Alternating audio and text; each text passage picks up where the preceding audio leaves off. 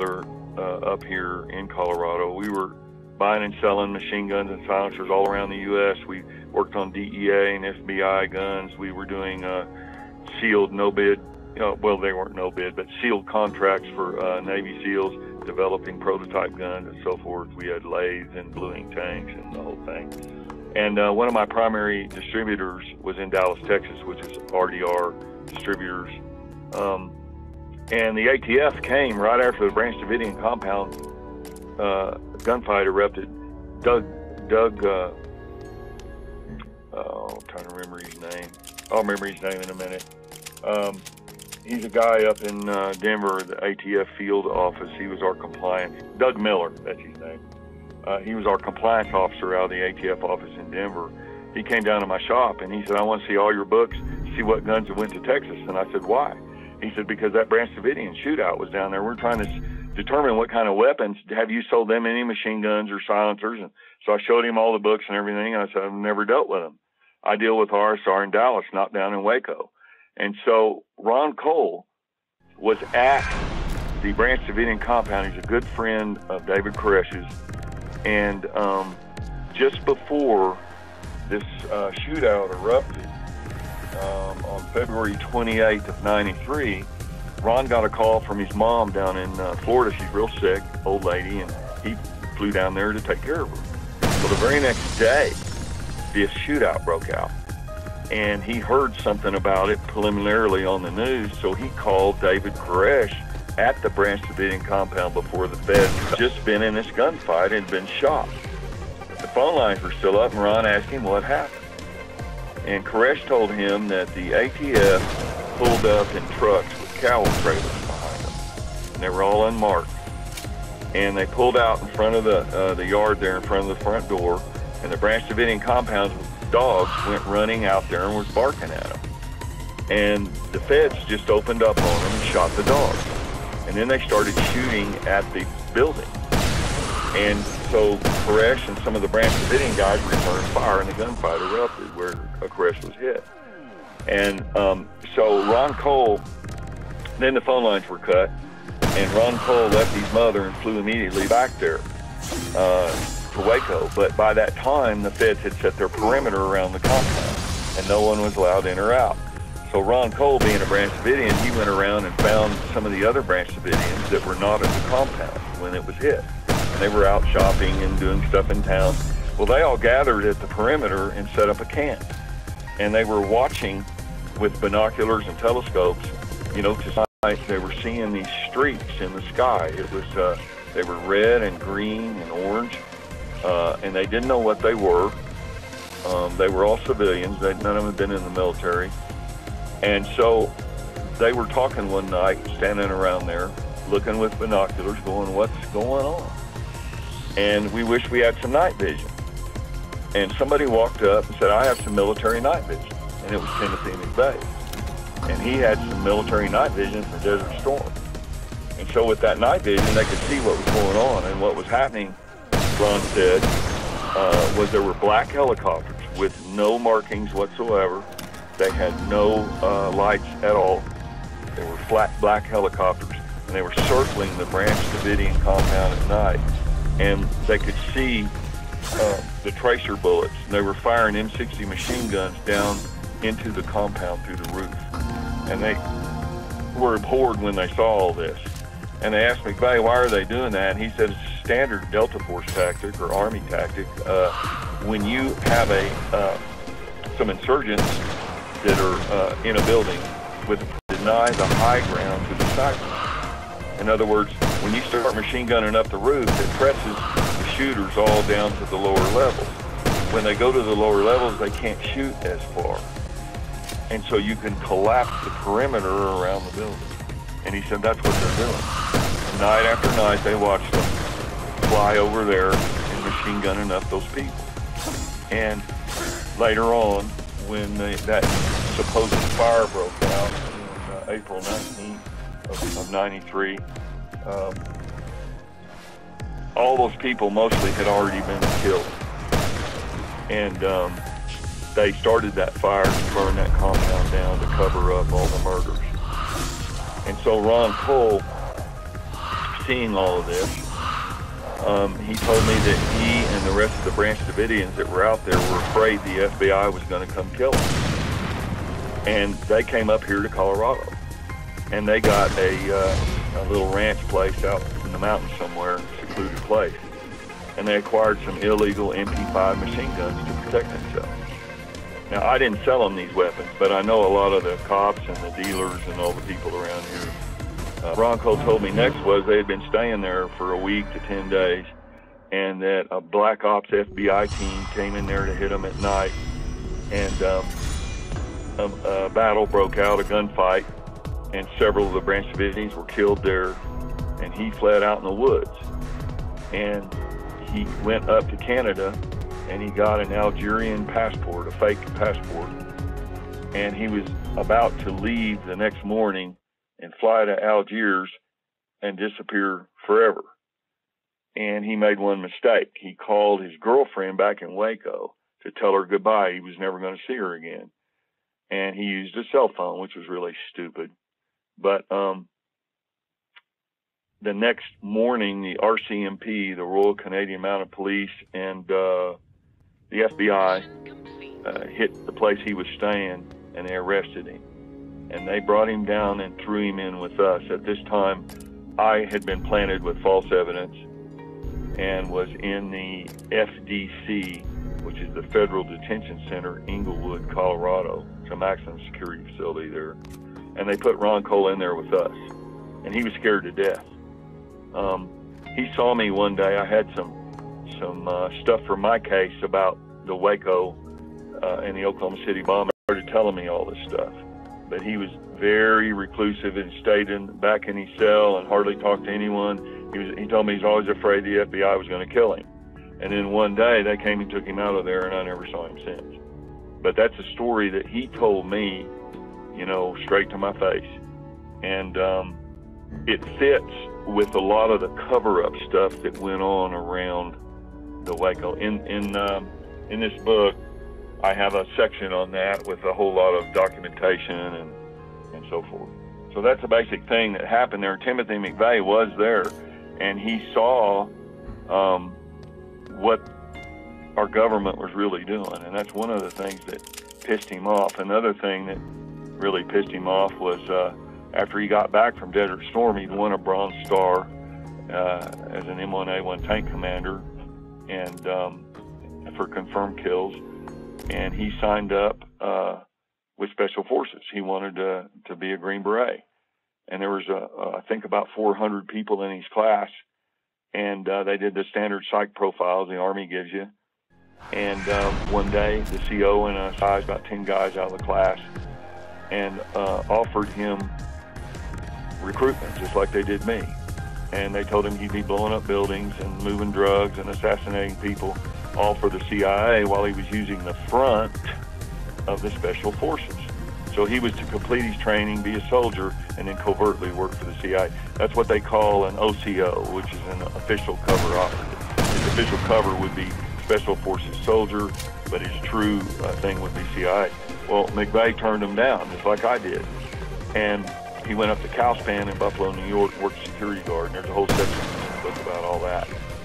Because Calspan was a big defense contractor. They worked with the Redstone program, with the Air Force. It was a lot of electronic countermeasures and so forth, and high-level stuff like microchips. We know letters, and I have copies of these letters in the book, where he told them all about CIA wanting him to assassinate people and move drugs and all this other stuff. And so we have a lot of documentation about all this. But what a lot of people don't know, Dave, is that when McVeigh was going over to Desert Storm, January 91, he got the standard set of shots. And in these shots, there's the anthrax shots we talked about, with the squalene autoimmune adjuncts, which made everyone sick as hell, unknowingly. They injected him with a microchip in his buttocks. And this microchip was a test program overtly of the Lockheed Martin satellite system BEAST program. BEAST, that stands for Battle Engagement Area Simulator Tracker. And this was a first-time test of microchip technology in a real-time war situation, you know, with blowing sand and clouds and oil well fires. You know, Saddam had set a lot of those Kuwaiti oil well heads on fire. And so the satellites could see down through all of that and track individual soldiers. They'd had problems with standard dog tags. You know, when you get in a firefight, you know, and arms and legs are blown off the torso, and they have to go around and pick up the body parts and stuff. It was also a test, you know, of implanting these things in the torso and finding, using RDIF to find soldiers that have been wounded and blown up. So McVeigh was a part of this and didn't know it. And then when he got back, the autoimmune protein code on the thing started messing up, and he got sores and all and had it removed. And he was pissed off being used as a guinea pig with the anthrax shot. And he was also pissed off about what he saw at Waco, what our government was really doing, hiding. And I expect, I don't know for sure, but it was at that point at Calspan, where he was a security guard after he left the Special Forces, that he was approached, you know, to bomb the Murrah building and take the job that I turned down. I don't know who all else they offered that job to. They needed to bomb that building, and they started it in '94. That's when Senator Chris Shays on the Armed Services Committee had ordered FBI to gather all those records. So they knew the records were going to go there, and they didn't want them to show up anywhere, especially at some Senate subcommittee hearing. So they offered McVeigh and maybe some other guys, I don't know, the job. It's a standard program they have where they take an ex-military cutout, you know, who was in a war, all the excitement and adrenaline of a war, and they give him the standard program of alienation and isolation, and he stick him off in some boring security job, and he's already predisposed to hating the government from all the stuff that he'd seen and what they'd done to him with the chip and all that kind of stuff. So this whole story's in the book, and it's documented with letters, you know, to his sister and various things like that. But it's a story that the mainstream media, Dave, doesn't even put out there. All they put is the lies, the standard goop of lies and disinformation and misdirection, to cover up Waco, to cover up Oklahoma City bombing, to cover up Timothy McVeigh. He was executed in record time. He was executed on June the 11th, 2001. They bumped a lot of guys off of death row that, you know, put him up ahead of them at the Terre Haute facility. And I talked to one of the attorneys that held McVeigh row at the death chamber, looking through the glass. His name was Nathan Chambers, the attorney, and I talked to him directly a little while after that happened and asked him what it was like. He just put up his hand over his face, closed his eyes, and put his head down and walked away and said a word. A lot of people have asked me, Dave, you know, well, we've heard conspiracy theories that McVeigh really wasn't killed, and it was all a front for the CIA, and he was working for him the whole time, and all that. I don't know all that stuff. I know, what I'm telling you is what I know either myself or from first-hand knowledge, and things that we can document, like those letters to his sister Jennifer. And so there are a lot of conspiracy theories that McVeigh never was killed, and the whole thing was a front for the CIA the whole time, and blah, blah, blah, blah, blah, blah, blah.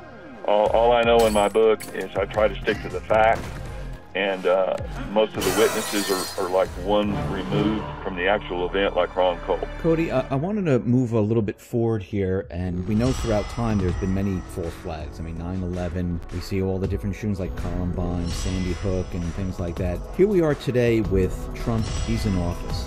This memo is going to be released about the Pfizer warrants. We have people saying that there's going to be indictments against the Clintons. They're investigating the Uranium One deal. They're investigating the email servers. They're investigating everything about the Clintons, about their foundations. And we see right now that the deep state, we had this, you know, missile warning in Hawaii, which was either there was a missile headed towards Hawaii or it was a test. Do you think the deep state right now, do you think they're finished? Do you think from your experience and your knowledge, do you think they are ready to do something else? Do you think they're just going to let these investigations and everything come out? Is that how they work? No. They are about to do something else, I feel very strongly. And you're talking about the Clinton Foundation. You know, a few weeks ago, that Dr. Lorich up in New York, that surgeon, he was involved with the Haiti relief effort down there, and the Clintons were supposed to give $30 million from their foundation, and he was about to testify. And then they said he committed suicide. And it's a long list of people like that in my book, and the listeners can Google up all that stuff of people like Vince Foster and all of them you know, Jim McDougall down in Arkansas that end up suicided or having heart attacks or strokes, standard CIA stuff. The deep state is in trouble. People like me and Ole Domagard and other whistleblowers, Edward Snowden, there's a lot of different people, Thomas Drake in the NSA, William Binney, NSA. I talked to Thomas Drake one time. John Kiriakou on the CIA's rendition program. There's more and more whistleblowers, Dave, that are coming forward. The deep state is in trouble because people are waking up now and they're seeing these patterns of these false flag attacks, or like individual incidents like this Oklahoma City bombing or 9/11 or Sandy Hook, and show people the underlying patterns of media control, information control, and how these patterns exist on these false flag events around the world, the Gulf of Tonkin, you know, it goes on and on. And so people are waking up to that, and the more people that wake up to this stuff, and stuff on your show that you talk about. I've listened to your show for a long time, and you put out some really good stuff, connecting these big dots with the international bankers, the drugs, the arms, the false flags, you know, Lockheed Martin and all their satellite stuff. All this stuff ties together, but it's a big picture. And we need people like you and me and different people who can put this stuff in perspective for the average person who doesn't have time to do all the research. But this deep state is in trouble. I believe that Donald Trump is trying his best to drain the swamp, like he said in his campaign. I believe he's encountered a lot of serious, deep resistance. And I know there's a whole lot of stuff going on that we don't know about, and we don't have actual verifiable facts or documentation. But the problem is, Dave, as you well know, when it gets to the deep state, all these hidden indictments and hidden email servers and all this stuff, it is so difficult to get get the facts we need. And so there's a lot of things that swirl around. And I'd like to tell you what I know about Libya, what really happened over there, because it points directly to this. I don't know how much time we have. Yeah, go ahead. Well, yeah, this is an example of how the information is manipulated. I had an associate, I will not use his name because he's still active, but he had been in the U.S. Marine Corps and got out of that, and then was a contractor for CIA, and he was over there and had gotten in a firefight that night that all that stuff happened. The basic story he told me, you know, he signed specific non-disclosure agreements, which is standard, and you can't talk in public, but he whispered this stuff straight into my town at the compound. And previous to all that, when we went over there and kicked Gaddafi out of power, Muammar Gaddafi, I once had another CIA associate who had dinner with Gaddafi in his presidential palace in Tripoli, Libya there. And so he told me a bunch of stuff about Gaddafi. And then what had happened was Gaddafi had a whole bunch of gold bullion and a whole bunch of Russian arms. He'd been taking his oil revenue for years in Libya and buying gold and buying arms. And when we went over there and he was killed, and you know, remember Hillary Clinton said, we came, we saw, he died. Well, what my associate told me was that President Obama, the U.S. President, and Hillary Clinton, Secretary of State, were in a scheme, a covert scheme, to loot that gold bullion and they did steal it. And then they were taking the arms and funneling them through Benghazi over to ISIS. And that ISIS was a proxy army for the U.S. deep state, and that they were arming them with the stolen arms they had confiscated from Gaddafi. All this was done without the American people's knowledge.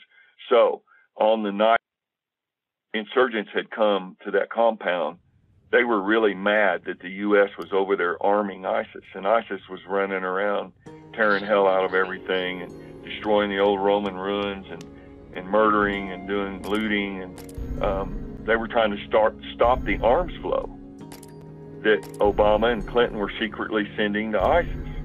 And so that's why they hit that compound, because all that stuff was going through that compound. That was a front. And he said he was sitting in his quarters, and they had radio comms, and they got the call that a firefighter had broken out, and there were air assets. And he was ordered 3 separate times, Dave, to stand down. And he had taken an oath as a Marine Corps, in the Marine Corps, you know, for the Constitution. And he told me that he couldn't stand it anymore. And he said his contract be damned and all of his stuff be damned, and that he was just going to go help those Navy SEALs and the guys at our compound. And so he went and engaged in that firefight. And he said that the insurgents blew off the top of the roof first thing with the Soviet mortars. The first thing you do is deny the high ground. Then you can collapse the perimeter around the structure. And that's what they did, and the firefight got in, and those Navy SEALs were killed, and the ambassador was killed there, and that the air assets that were available were all ordered to be stood down. And he said that Hillary Clinton was a traitor, and they deliberately held back the assets and let that embassy be destroyed so it would destroy all the evidence of their covert arms going to ISIS and the gold bullion and all the stuff that was going on. And Barack Obama and Hillary Clinton, if all the data and the facts would be known to the American people, that they were in fact guilty of a conspiracy to commit treason against the United States. And that's what he told me straight in my ear. And that's a story that very few Americans have heard. He also told me that when our air assets off our aircraft carriers, I had some friends in the Navy that worked on the USS Saratoga, but some of our air assets were sent. You remember, Dave, when they had those big long lines of Toyota trucks out in the desert? Yeah. Okay. You can't tell me that pilots can't see ISIS trucks lined up in the desert. In Vietnam, they had jungle canopy to hide under. But out in the desert, you have clear visibility. There's plenty of sunshine. Go in, and they call in to get the green light to fire on these ISIS convoys, and then they were being told to stand down. And they would come back to the carriers, and it's standard policy to drop the ordnance in the ocean before landing on the carrier deck because for fires and so forth. So they would drop their ordnance in the water. Then when they landed, the pilots all started bitching and saying, "Oh man, but we had a clear sight. Why were we ordered to stand down?" And then they had to sign point-specific national security agreements and stuff not to ever talk about it. And so what my buddy told me was that the stuff they showed over here to us Americans in our news, where they showed those pictures of the ISIS facilities and convoys being blown up, what they did was they took Russian wing camera photos and videos when the Russians were really hitting ISIS. They took those pictures and photos and substituted them for saying, "Look, we're hitting ISIS." The whole time we were protecting ISIS, and the whole time we were arming ISIS. And that gold bullion, I don't know the amount. My buddy didn't know the amount. he said that it was rumored around, there's a lot of it around there, and Gaddafi had security around it. Nobody knows what happened to all that gold.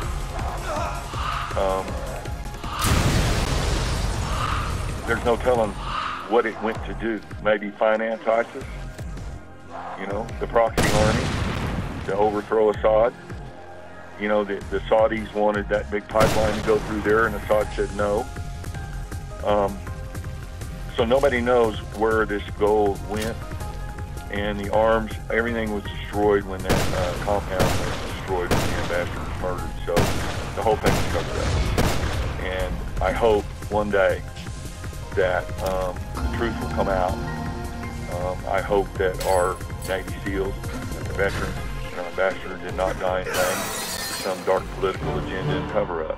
But the deep state operates like this, and the political criminals that are in power at the time, like Obama's and the Bush's, the Clintons, that this is run-of-the-mill stuff for them. And then they doctor up through the media control over here, and we never hear the truth. We only get little glimpses and pieces, covered over with a whole bunch of propaganda. Cody, I agree with you. I mean, that's what we hear here, propaganda. And I really want to thank you for coming on the X-22 Report Spotlight. How can people get a hold of your book? Yeah, the book's Choosing the Light, Dark Secrets of the Oklahoma City Bombing. And we have one website in Europe. It's lightonconspiracies.com/Cody. You can get the book there. And then we have another one here in the U.S. It's Snodgrass.com. That's CODYSNODGRES.com. And so we have the books available there. There's a whole lot of information in this book that we haven't covered. Cody, once again, I really appreciate it. Thank you very much for being on the Spotlight. Yes, sir.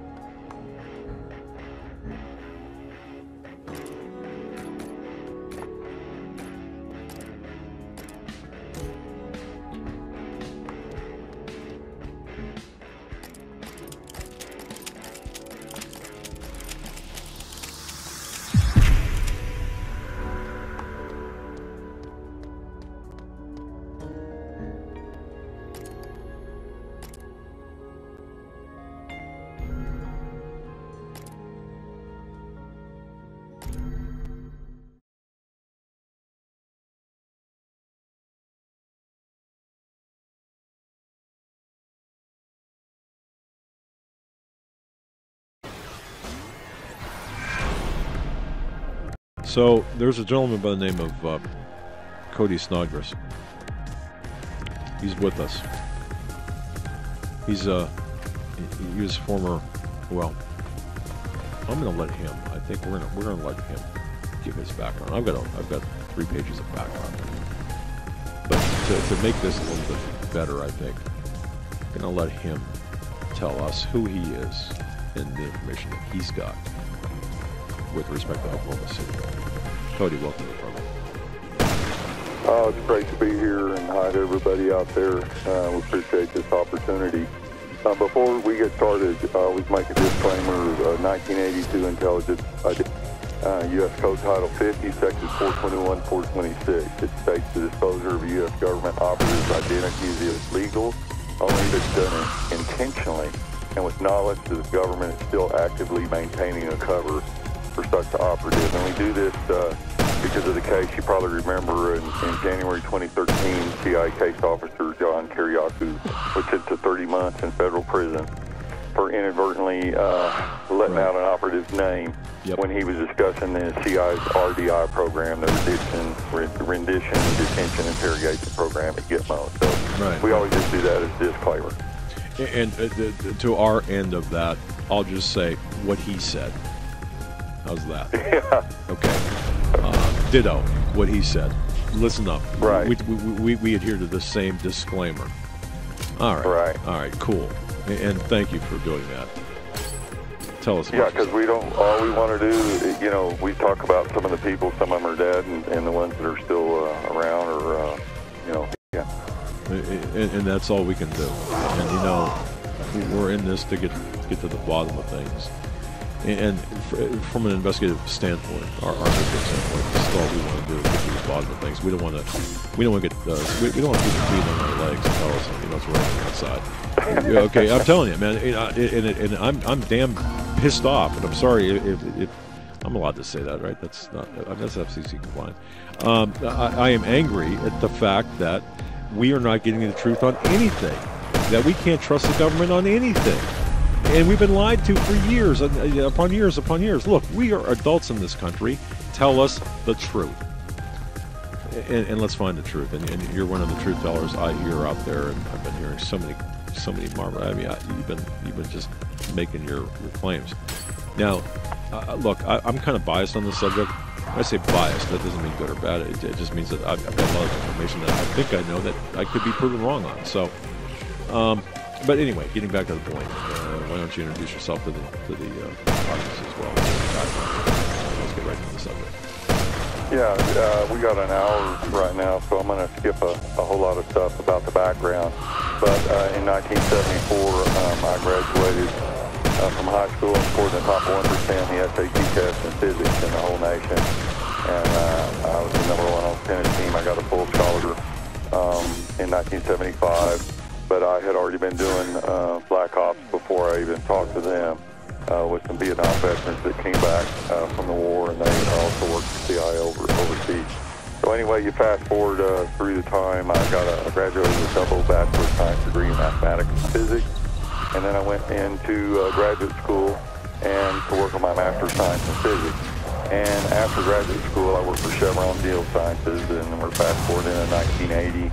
I was a petroleum and research geophysicist at Amoco Production Company in Tulsa, Oklahoma. Now, that was in 80, 81, and in 82 through 85, they began the covert operations over in Arkansas.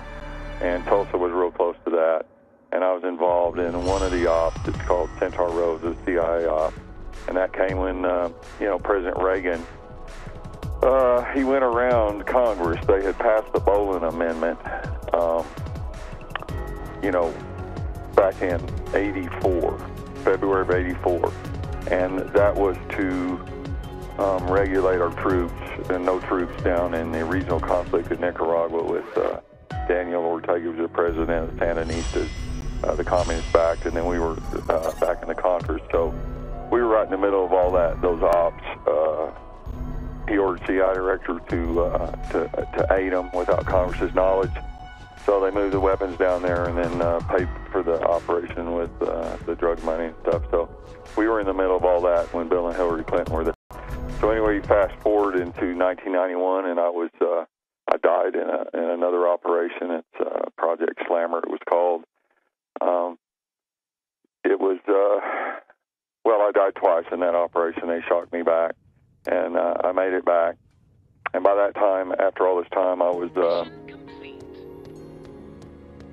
ineffective. I'd been hurt and had broken ribs and a lot of nerve damage and different things during all these ops.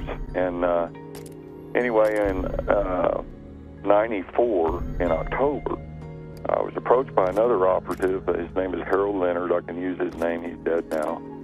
And Harold Leonard, we went out to a rural area under the trees, and he had a backpack with $500,000 in cash in it. And he said, "We've got a job for you." And I said, "Which country are we going to?" I thought it was Saudi Arabia or something. We'd had job offers over there with the royal family guarding their kids and stuff. And I said, "Where?" He said, "No, it's here." And I said, "Well, what kind of building is that? What kind of explosive demolitions?" I said, "Okay, what's the target?" And he said, "It's a domestic building. It's a federal building." And I said, "What?" And he said, "Yeah, it's a federal building." This was October of 94, so